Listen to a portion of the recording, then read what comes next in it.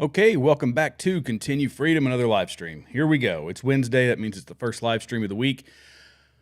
It's hard to believe that we haven't even hit a month yet of the Trump presidency, and there's already amazing stuff happening. But you saw it in the thumbnail. I had to make it my main point for tonight, which is the first thing we're going to talk about. But Tulsi Gabbard was sworn in as the Director of National Intelligence. So this, along with Pete Hegseth, and soon to be, they say that by the end of the week we'll have Kash Patel and RFK Jr. also confirmed. We'll wait and see what happens there. But this is the second disruptor, major disruptor, that he has put in a key position. And praise be that she finally got confirmed. And it is important to note that we did have a Republican who voted against her. Susan Collins actually came on board and voted for her. But Mitch McConnell was a no vote for Tulsi Gabbard.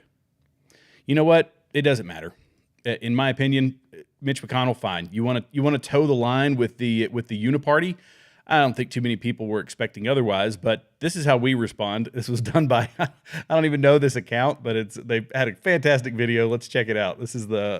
But for now, Tulsi Gabbard has enough votes to become the next Director of National Intelligence. This will be the 14th member confirmed for Trump's choices for the cabinet. I think it was a soccer game or something. Somebody got that video. Now it's become the thing that everybody posts when there's a big news, big announcement, big video, all that good stuff. So yeah, it's good. This is good for everybody. This is good for the country. I'm happy for it. I'm happy for her. I'm happy for the country. I'm happy that we're getting these disruptors in. I'm just absolutely ecstatic with the mandate we're following through on the mandate because we're going to talk about it tonight with Elon Musk and Doge. And they're coming after him hard, but let's keep talking about Tulsi here. So she was confirmed, as the next Director of National Intelligence, and it passed with a 52-48 vote. She's saying during her confirmation hearing, quote, "If confirmed as Director of National Intelligence, I will continue to live by the oath that I have sworn at least," here, let me pull it up so you can see it. "Continue to live by the oath that I have sworn at least 8 times in my life, both in uniform and as a member of Congress. I will support and defend our God-given freedoms enshrined in the Constitution of the United States against all enemies, foreign and domestic, and I will bear true faith and allegiance to the same." You know, it's great to have actual patriots in here, the folks that aren't, the empty suits that we've become so accustomed to. And we know we're getting the right folks in because of the response. Chuck Schumer on the floor of the Senate, he had some words about Tulsi Gabbard. Let's listen to him. I mean, probably against your will, but I'm gonna play it anyway. Let's listen to Chuck Schumer. Objectively, I think most senators would agree there are better choices to lead national intelligence. You know what my guess is? If we had a secret ballot, Gabbard might get 10 votes and 40 against her from the other side. People know. That's why they raise so many questions. But Donald Trump and Elon Musk evidently threaten them, and they're changing their view.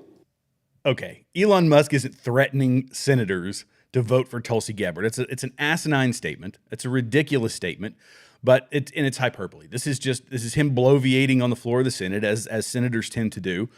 But if this had been a secret ballot, what is he proposing, that we have a secret ballot? Because that ain't how this ship is steered. That's not how this is supposed to happen. But there is public pressure. It's not Trump and it's not Elon Musk. It's us. We are the ones who say we want the operators inside of these departments, the heads of these departments, to be opposed to the deep state. We want the ones that are going to shake things up, because the status quo has gotten us $36 trillion in debt. The status quo has gotten our freedoms and liberties limited. We've watched our freedoms. But look at COVID. Good grief. And we're going to talk about Glenn Beck, what he believes will happen with Anthony Fauci. But yeah, it's this disruption of the system that they cannot tolerate. And so this obvious scapegoat is going to be Donald Trump. But now that Elon Musk has been an outspoken proponent of government efficiency because of the Department of Government Efficiency, because of Doge, he's going to be a whipping boy as well. And we have to think about this. This is the left has a very, they've always had a very unifying message, or a unified, not unifying, a unified message. And this is what they say. This is the Washington, NPR, the New York Times, CNN, Washington Post, Brookings, The Hill, all of them. Constitutional crisis, constitutional crisis, constitutional crisis. If you give them a lot of things, what you want to say, whatever you want to say about them, but they unify their message. It comes from on high, from the DNC, and it spreads throughout the media.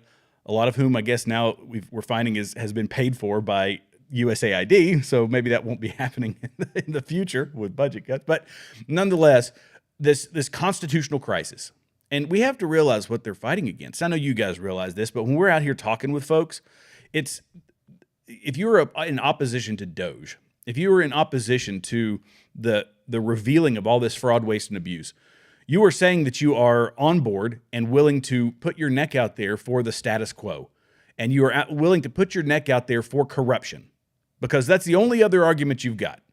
They're saying all this stuff like, Elon Musk is going to come in and take your Social Security check, which we'll talk about the pastor in Tennessee who's calling for violence and all that.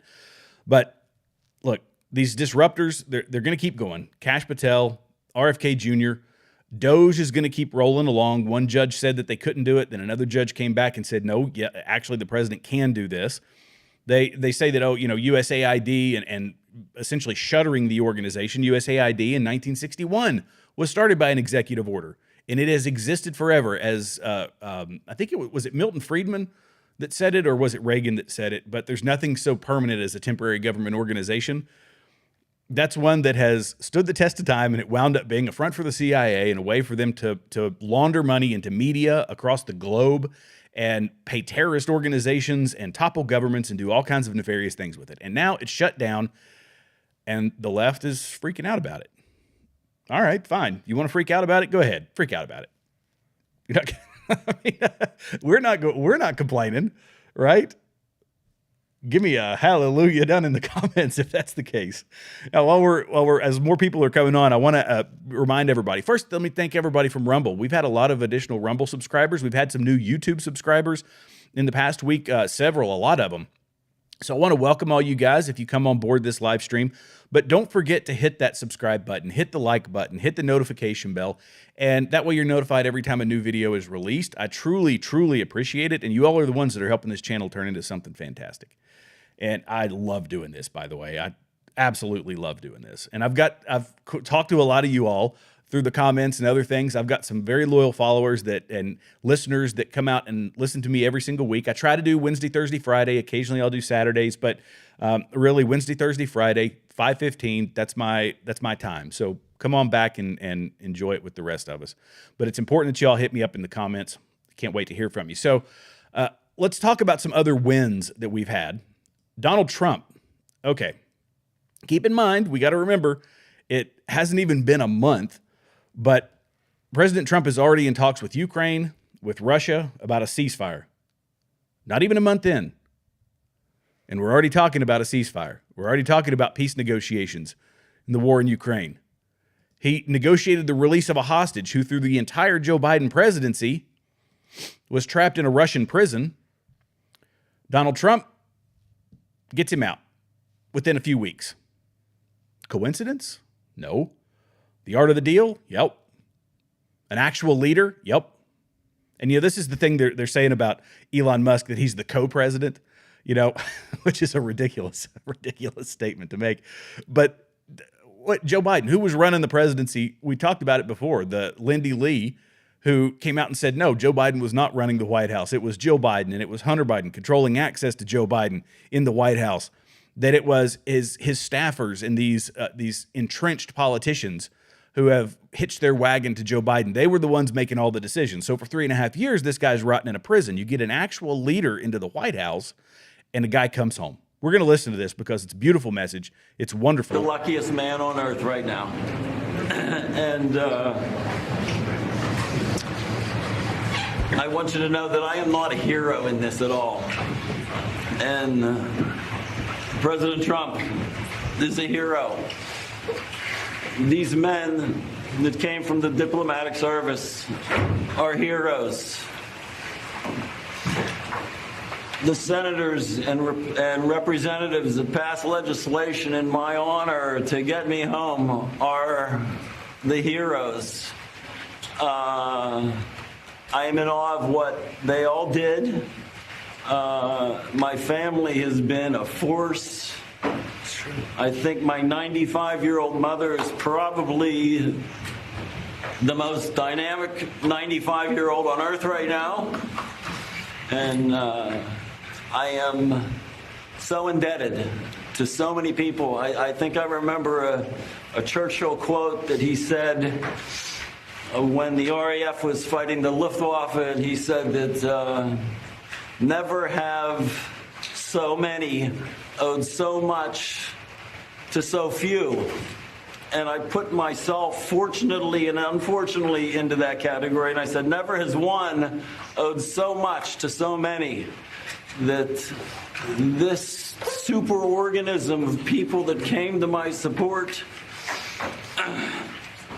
and the love that I was given sustained me for 3.5 years in a prison that had me in hospitals for more than 100 days. I was given more than 400 injections in that time. And knowing I had the support of my fellow Pennsylvanians, my family, my friends, it was so overwhelming that it brought me to my knees and it brought me to tears. But it was my energy, it was my being that kept me going that whole time. And I will forever be indebted to President Trump, to Steve over there. What a dynamic man this guy is. That's true. And when I met him, the energy, the can-do attitude just exudes from his body. And when he smiled at me and introduced me, and I got the feel for what has happened, you know, it's not just me, it's everybody. And Secretary Rubio, who met my son a while back, I'm a middle-class school teacher who's now in a dream world. We're going to show you the Lincoln bedroom in a little while. It's a very special place. Appropriate for tonight. Very appropriate. And thank you all. And okay, I'm gonna stop it here. Basically, this guy, his wife, or excuse me, his mother, his 94-year-old mother, found Donald Trump at a rally and said, "My son is in prison. When you get elected, will you get him free?" And he said, "Yes, ma'am, I will. Yes, I will get your son free." And he did this. He and Marco Rubio, the State Department, they negotiated. They got him out of Russia, out of Russian prisons, within the first month of taking office. Meanwhile, he was sitting in prison throughout Joe Biden's presidency. That's the difference of action versus reaction in some cases. Joe Biden wasn't ahead of the game. Joe Biden didn't even know where he was. Joe Biden didn't know what was going on around him. Donald Trump comes in office, bring the man home, and he gets to spend the night in the Lincoln bedroom, which I don't know if you guys caught that or not.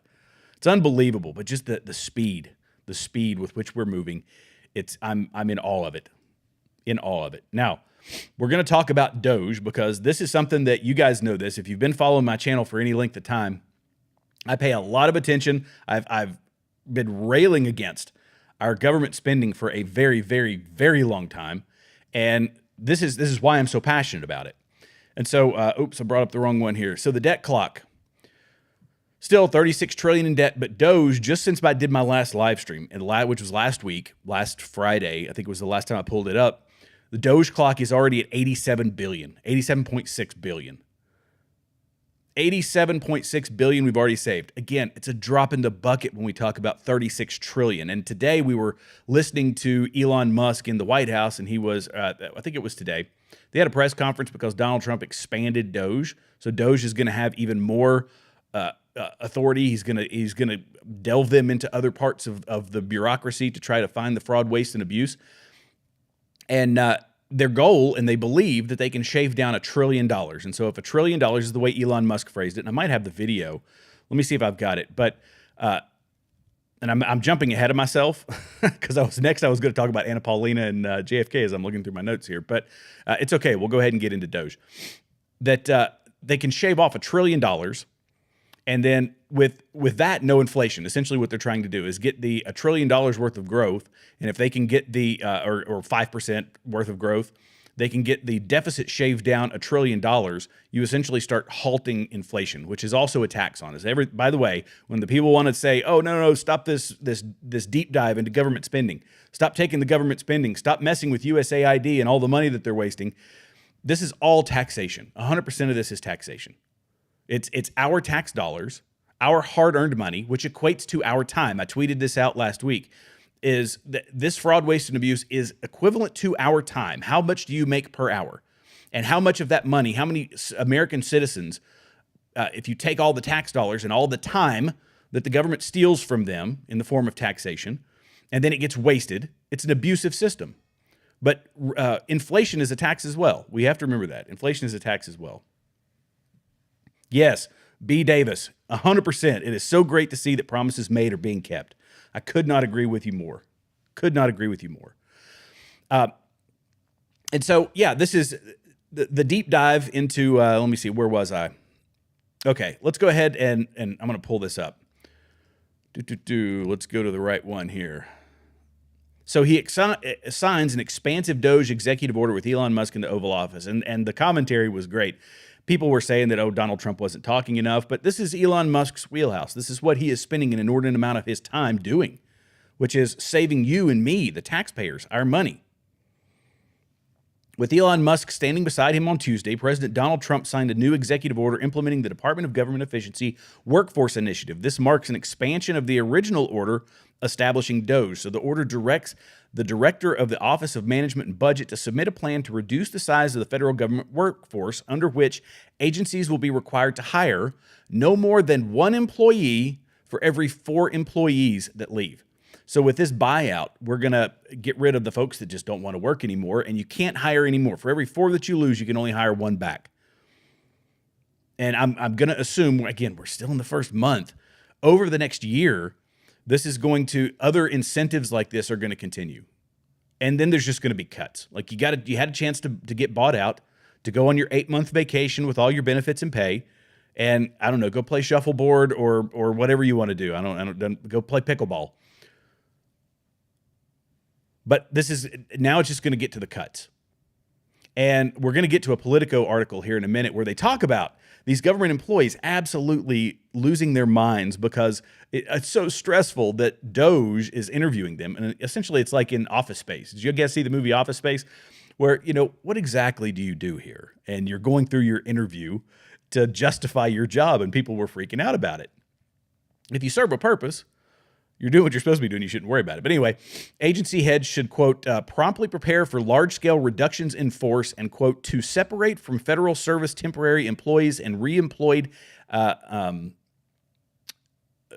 working in areas that are likely be subject to the RIF. So offices that perform functions, quote, not mandated by statute or other law will be prioritized in the RIFs, including all agency diversity, equity, and inclusion initiatives, all agency initiatives, components, or operations that my administration suspends or closes, and all components and employees performing functions not mandated by statute or other law who are not typically designated as essential during a lapse in appropriations as provided in the agency contingency plans of the Office of Management. But basically, anybody who is out here leeching off the taxpayer dollars, who is doing a job that is not required by law to be done, is going to be gone.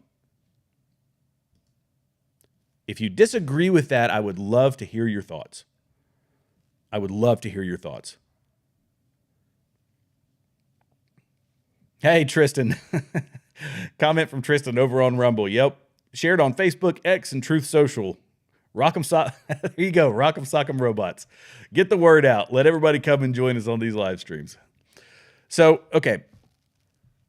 Look, the leftist media about this is, as I say, is beside themselves. I'm going to play a couple of clips here. This is from CNN, and I don't know, Scott Jennings, this guy is, I don't know why I didn't know about him before this past election cycle, but he's unbelievable. He's pretty great. What do you think of that press conference? Listen to this. Well, look, Elon Musk, who doesn't need to do this, has, he could be doing anything else. He's got companies. He's the richest guy in the world. Has decided to give his own time to a government of a country that he loves, that has given him all this opportunity. I take him at his word. that he wants to be transparent, that he invites transparency. Obviously, everybody in the English-speaking world media is looking into him every single day. I would have no fear if I were him about Congress hasn't been asking questions and looking into it. I think they are. The definition of it is he's not been on the front end of this so far. He's not been transparent. I mean, there may be. They are making routine announcements about the things they are finding, and they are inviting questions about the things they are finding every single day. But by definition, he's not being transparent. They're not providing data for the things that they say that they have found evidence of. They just aren't. The White House has provided. You can make announcements, and he also did admit that he actually. So you just don't believe it. I mean, they are providing information. You just choose not to believe that it's true. I don't think anyone should just believe that it's true. Do you think that people have taken kickbacks of tens of millions of dollars from USAID? Here's what I think. Do you believe that? I think every year. No, but don't accuse me of just like. I'm just asking you. Do you believe that there is any level of fraud, waste, fraud, abuse in the government? No, that's not what you're asking me, and I'm going to ask the question. Don't accuse me of just like. And so, if you believe that, do you believe that it's possible that they are finding and producing information about it? Of course, that wasn't my question. My question was, by definition, they're not being transparent. They can continue to be successful. What do you want them to do? Provide data. If they're provide data that they have found people. Everyone would want to know if someone has received kickbacks to the tune of tens of millions of dollars. I don't disagree with you. I love the idea of data. I love the announcements. I love them putting out regular reports of what they're doing. Have not. And I love the idea of Congress also bringing them up to report to Congress on what they're finding, because ultimately Congress needs to be engaged in this as well. I have no problem with that, and I don't think they do either, and that's what I heard in his press conference yesterday. Okay, let's cover a couple of things that he talked about, because this lady could not fathom the fact that Elon Musk is making these accusations that there's fraud, waste, and abuse in the government. I haven't seen the proof. He's not being transparent. Okay, they have their X account where they are posting everything, and they are posting constantly. They have a website, a Doge website, where they are posting everything that they find. This is the most transparent, and they're going on. People are going on social media. We're able to sift through all this information. We're able to see it with our own eyes, and that's an anomaly in my lifetime when it comes to the federal government, because it's always cloak and dagger, and it's hidden behind, we're doing an audit of this, and it's going to be in, closed door sessions, and it's not going to be visible to the public. For the first time in my life as a constitutional conservative, and I truly appreciate this, they are making everything available for all of us to see. Everything is being made available. Now, there's probably some stuff that, because of the, some sensitive information, there may be some sensitive information out there that hasn't been released, but we've been able to see with our own eyes billions, tens of billions of dollars in fraud, waste, and abuse. And when we listen to these media folks, at least is the way I look at it. You guys let me know what you think down in the comments. But it makes them appear so blinded by their support for the system that they refuse to accept that it can be corrupted. When your highest level of authority in your life is the federal government, when you don't have anything above it, and that's where, Christian conservatives or constitutional conservatives, even if you are a constitutional conservative, you understand that the way our Declaration of Independence and our Constitution were written was with a higher power in mind, that we are given these rights at birth. If you don't have that higher power above you, and we, emerged from the ooze, and we're just sitting here, living our lives, there's no higher power than the federal government at that point. There is no higher power. And so when you see that there's a weakness, that's the chink in your armor, right? That is that it's a corrupted organization, your worldview falls apart, right? But we don't have that. We see the government as an impediment. It's meant to serve very few functions. It's grown massive, which is why the necessity for Doge is so important right now. But they see it as their moral authority. The left sees this as their moral authority and as their highest power, and you have to believe it is uncorruptible. Otherwise, your entire Marxist worldview completely falls apart. And it works with Marxism, with socialism, communism, wokeism, authoritarianism, all requires a benevolent master to be above you, and that is how the Democrats see the federal government. It is a benevolent entity. We see it as one that is highly corruptible. And so this is obviously going to cause friction, because even the ones who say that, yes, I believe in God, but the power of the federal government is supposed to be this, that, and the other. Look, it has grown massive and corrupt. That's the natural end state for the most powerful entity in the world, which is the United States. We have to fight against it, and not to mention this is a profitable endeavor for a lot of people. Nancy Pelosi's worth $200 million.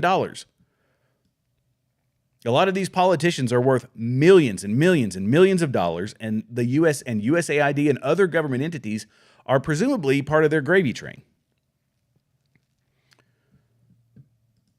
And so people say, this was Thomas Massey. He said, where's the lie? If cutting government funding shuts down an NGO, which is a non-governmental organization, it is not and never was a non-governmental organization. That is true. If we are subsidizing, if we are keeping afloat NGOs, it's not actually an NGO. It's a government organization. So this is the article I was telling you about. When it comes to cutting the fat, when it comes to the jobs, this is from Politico. I'm going to read a couple of things from you. You got to go to the left-wing outlets too. I know a lot of times I'm showing the post-millennial, and we got to go to other outlets too. Unfortunately, you have to look at the other stuff. You have to see the argument from the opposing side. So Elon Musk's Department of Government Efficiency agents have swarmed the government looking to size up worker production. And federal staffers who have chatted with the tech billionaire's lieutenants fear jobs that aren't compatible with a Silicon Valley work style are on the line. Okay, 3 General Services Administration employees, all of whom spoke to Politico anonymously out of fears of retribution, described their and their subordinates' recent interviews with Musk's Doge agents as potentially career-ending, with federal employees feeling like every word they're saying could be grounds for future dismissal. The behind-the-scenes agencies handles the federal government's real estate, software, and logistics, so Musk and his team's efforts to trim GSA could have a domino effect across the entire government. Oh, one can only hope. One can only hope. The interviews are anxiety-provoking, said a GSA supervisor whose employees were recently interviewed by a Doge worker. The tension swells the moment a worker receives a calendar invite from a Gmail account, they said, frequently with almost no notice and often scheduled over existing client meetings. So they're just throwing it out here. Hey, come here. We're going to interview you. And now what exactly do you do here? Go ahead and walk me through that. And so there's anxiety over it. Look, being a government worker is the largest employer in the world, right? Or in the country. You're at the behest of the taxpayers. Sorry. If you get a job working for the federal government, and we get into a time like the days of old, and now more recently with USAID and other things, we start shuttering some of these organizations, it's no different than a downsizing of any other company because of the economy or whatever. It's no different. But, it's anxiety-producing. Yeah, it is. I feel for you, because there are some good government employees, and we're putting the onus on Doge and everybody to find those people who are it's worthwhile for them to keep their jobs because they're serving a purpose. Perfectly fine with that. Oh, boy. But the response is now violent, starting to become violent. I'm not a proponent of violence, but the left seems to be. So we're going to listen to this preacher in Tennessee, down in Chattanooga. This is how far they're taking it. It's coming from the pulpit now. Listen. And in this nation, I'm worried that we are on the verge of bloodshed. This is an attempt to take us back to a day that we do not want to go, and we will not go. Therefore, there will be conflict. I pray that the peace of God will win out and overcome the madness that is attempting to take over this nation. And I will say to you, beloved, no one likes violence, but sometimes violence is necessary. When Elon Musk forces his way into the United States Treasury and threatens to steal your personal information and your Social Security check, there is the possibility of violence. Sometimes the devil will act so ugly that you have no other choice but to get violent and fight. Well, someone might say, now, Reverend, you shouldn't be talking about violence. This isn't the Christian thing to do. Well, I will say, why not talk this way? Because Jesus did. Jesus said in this key verse, didn't he? The kingdom of heaven suffers what? Violence. And the who? The violent take it by force. The kingdom of God is a war zone. Okay, so this is what this guy has done. He has taken a lie, he has taken false information, and he is now using it, leveraging it against his congregation, against his constituents, against the people who go to him for spiritual guidance and wisdom. And he's using it to promote violence where violence is not due. That Elon Musk is going to be taking your paycheck. He's going to be taking your Social Security check. False, false, false. So he's using false data, lies, media manipulation that he has completely bought into, which in my mind says that we got a weakness upstairs because he's bought into a narrative. He's bought into the political movement over facts. And now who knows what could be the end result of this? Spiritual leaders, people in the pulpit, they are in very, very powerful positions. And when they believe the lies and then start telling that to their congregations, there is no positive outcome. There is no positive outcome in a situation like that. And who is this dude? So it's Steve Caudle, I guess that's how you pronounce it, Caudle or Caldell, I don't know. So he pushes to stop Elon Musk from taking Social Security. Well, that's not a thing, as we've discussed. But he called for violence towards Elon Musk during a Sunday sermon following efforts by the Department of Government Efficiency to access information held by the United States Treasury. He's the senior reverend at the Greater Second Missionary Baptist Church in Chattanooga. Why does this matter? So this is this is from Newsweek, but they said Doge's work has seen a mixed response from voters and lawmakers following its creation by President Donald Trump ahead of his inauguration. Headed by Musk, the world's richest man, its aim is to root out excessive spending, yada, yada, yada. He's reportedly been a pastor of this church since 2006. Let's see. I had another part in here, and I forgot to highlight it. Well, anyway, okay. I missed the part that, let's see. Okay.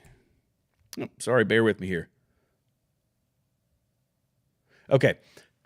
This is the other kicker to this, is that they intermingle inside of these calls to violence things that are biblical in nature. So we as Christians at the same time must stand up for what is right. Yes, we must.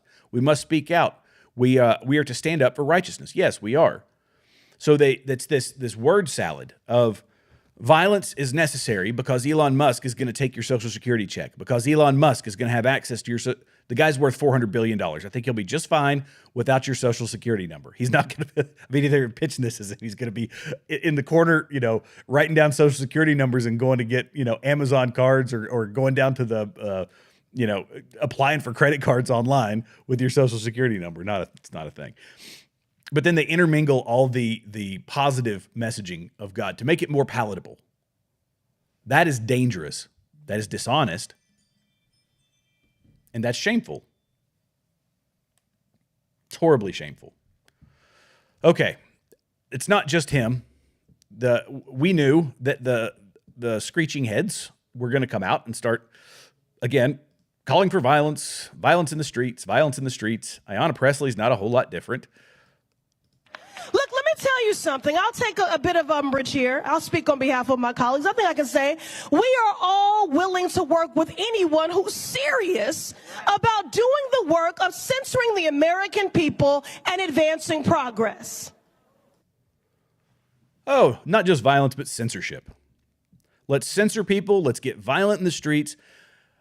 Here's what I have full faith and confidence in the American people. They do not buy into this. That's not in the blood of the American people. It is of Antifa and BLM and other militant groups controlled by the Democrats.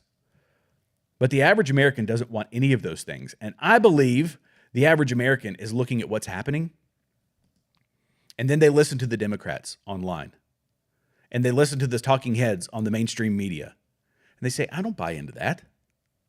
I don't buy into that. Like, we need to be censoring American citizens. We need to be violent in the streets. I just learned that we sent $20 million to some foreign country for LGBT studies.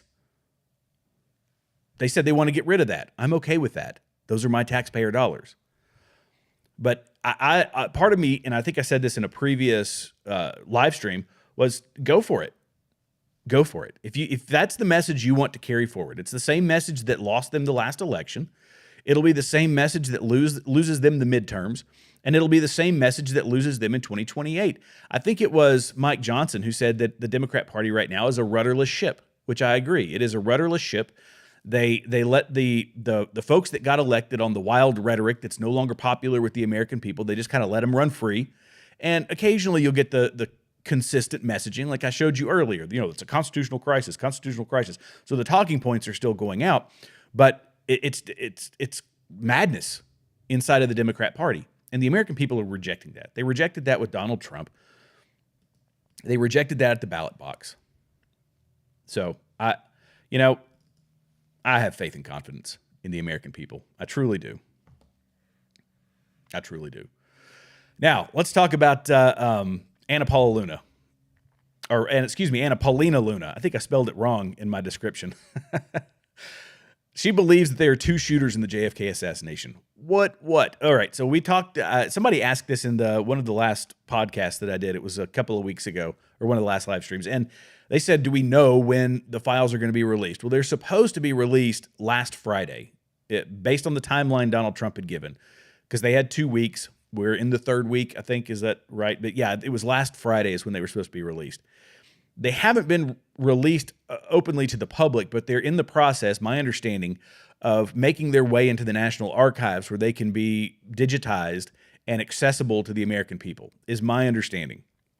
So Rep. Anna Paula Luna, the House member that was appointed to lead a task force to declassify a trove of different files on the JFK assassination, the Epstein client list, and others, has said that she believes there were, quote, two shooters based on initial findings.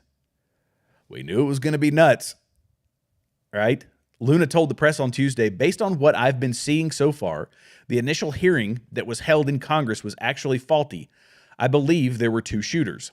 Luna added that she did not believe the single bullet theory, and that the task force is going to be making an investigation into the JFK files a priority. Luna, as well as other task force members to be announced in the coming weeks, will be looking to declassify the JFK files, Epstein client list, 9/11 files on Martin Luther King Jr.'s assassination, and many others, RFKs as well. Those are supposed to be coming out. They'll be looking into information on the origins of COVID-19, as well as UFOs. She was appointed by the House Oversight Committee Chairman James Comer. Now, I think that a lot of this is going to come out with Kash Patel, when Kash Patel is confirmed. When RFK Jr., we're going to start getting some more data on what was going down with COVID. We're going to, again, we're a month in. This is going to get wild, guys. It's going to get absolutely wild. A lot of conspiracies and things that have been kept from us is going to be revealed. And it's wonderful. The FBI has already said, this is from the Epic Times, the FBI discovers thousands of new JFK assassination files after Trump's executive order. Thousands.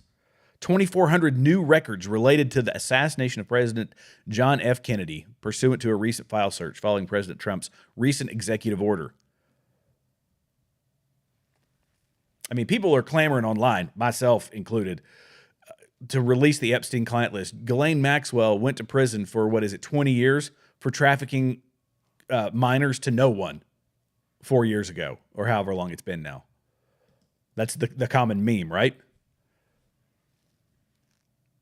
This is great. This is what we've wanted. This is what we've always wanted, and it's happening fast. And we should be absolutely ecstatic about this. Are you guys ecstatic about it? You let me know down in the comments. Now, I'm going to play a PBD podcast. If you guys don't watch PBD podcast, obviously they're growing. They're a massive entity. Be sure to hit that like and subscribe button so that I can become a competitor to PBD at some point in the future. But yeah, the PBD podcast is massive. But they were talking with Glenn Beck, and I want you to hear Glenn Beck's thoughts on Anthony Fauci. And while we're doing that, I'm going to check out your guys' comments. Anthony Fauci. Oh, doctor. Under investigation by state AGs. This is an Outkick story. 19 state attorney generals, led by South Carolina AG Alan Wilson, sent a letter to Congress stating their intent to hold Dr. Anthony Fauci accountable at the state level, despite President Joe Biden's preemptive pardon. The letter says, although former President Biden attempted to shield potential bad actors like Dr. Anthony Fauci from accountability via preemptive pardon, we are confident that state laws may provide a means to hold actors accountable for their misconduct. They requested that Congress share any findings of violations of state laws so they can evaluate state-level courses of action. The AGs accused Fauci of suppressing discussions about the lab leak theory and misleading the public on COVID vaccine risk, which they say contributed to an erosion of trust in health institutions. They wrote, Dr. Fauci led a deliberate campaign to stifle the voices of premier health scholars regarding the lack of adequate testing of vaccines, which kept the public from knowing about risks like myocarditis and pericarditis among young adult males, the verified increased risk of blood clots in women, and the long-term effects vaccines had on fertility. Glenn, will anything happen to Fauci? Yes. Please. And I did not believe this. I mean, a year into it, I did a two-night special on just the stuff that we could find in public spaces that showed the smoking guns everywhere. Now we have the actual data. Now we have a preponderance of evidence, and he's backdated it to 2014 for very specific reasons. This guy has been breaking the law and becoming his own god, and he has to go to jail. And I never thought he would. But under Trump, it's not going to be vengeance. It's not going to be, repaying his enemies. They are looking for the truth between Pam Bondi, Kash Patel, Bhattacharya. They're going to unravel this thing, and he's going to jail. And it will be because of the states. That is a bold, bold statement to make. What do you guys think? I mean, that's a bold, bold statement to make, that he will be going to jail. I don't know. I think that if there's ever a time in our history for something like that to happen, this is the time. I don't think it would happen after this. It wouldn't happen after a Trump presidency. It obviously never would have happened before. But I think if ever there was a time, it was now. And I hope that the American people can get some accountability for what went down during COVID. I truly, truly do. It's all we want, is we want accountability. These people don't walk on water. These people don't get their own justice system. They don't get it. They don't get the two-tiered justice system. No, we want the same, the rules for thee and for me. We all abide by the same rules. That's what we want. Ooh, I just thought that was pretty intense. When Glenn Beck says, yep, I believe he's going to go to jail. That Fauci's going to go to jail. Whew, wow, okay. This is really funny more than it is anything else.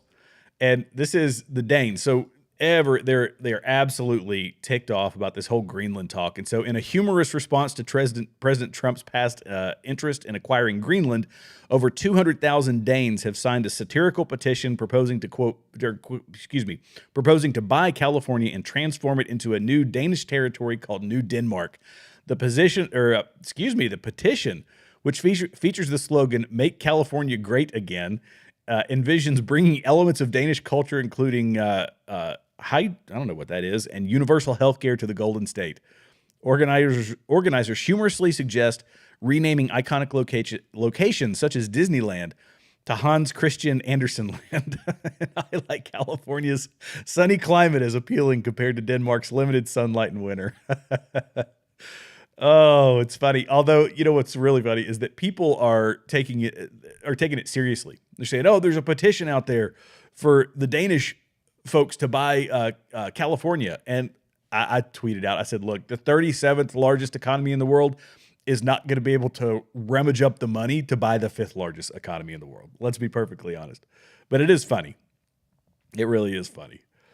Okay, guys, that comes to the end of what I wanted to talk about today. But I want to ask you one more time to make sure to subscribe, like, leave comments below. I truly appreciate you all tuning in to watch these live streams. And if you're on right now at 9 p.m. tonight, I'm going to be on with Braver Than the Rest. You can find him on Facebook, Rumble, or YouTube, Braver Than the Rest. And we sit down for about an hour, hour and a half, and we just talk about the things going on in the world. We talk about, a little faith, a little politics, a little culture, a little bit of everything. It's a really good time. You guys will enjoy it. But go over there, subscribe, and then follow us tonight at 9 p.m. Eastern, and come hang out. That's what this is all about. It's about building community, and I appreciate you guys. I appreciate all you guys that are on here every week watching these live streams. Follow me so that tomorrow at 5:15, again, I'll be live streaming and bringing you guys the latest info. And we're going to have a little bit of humor, I think, tomorrow. We need some levity amongst all these serious topics, and so we'll have some humor tomorrow. God bless you guys. God bless America. I will see you in the next one. Oh, I didn't get to some of the comments. Oh, hang on. Let's see. Oh, come on, Junior. PBD and cringe. Oh, good gracious. He is a very successful guy. He's done great stuff. Look, I like him. He's got a crew, a pretty decent crew. I enjoy their stuff. They get some great people on there, so I can't knock them for that. But hey, thanks, man. Great for the compliment. Junior says great show. Love you guys. I'll see you in the next episode. God bless you. God bless America.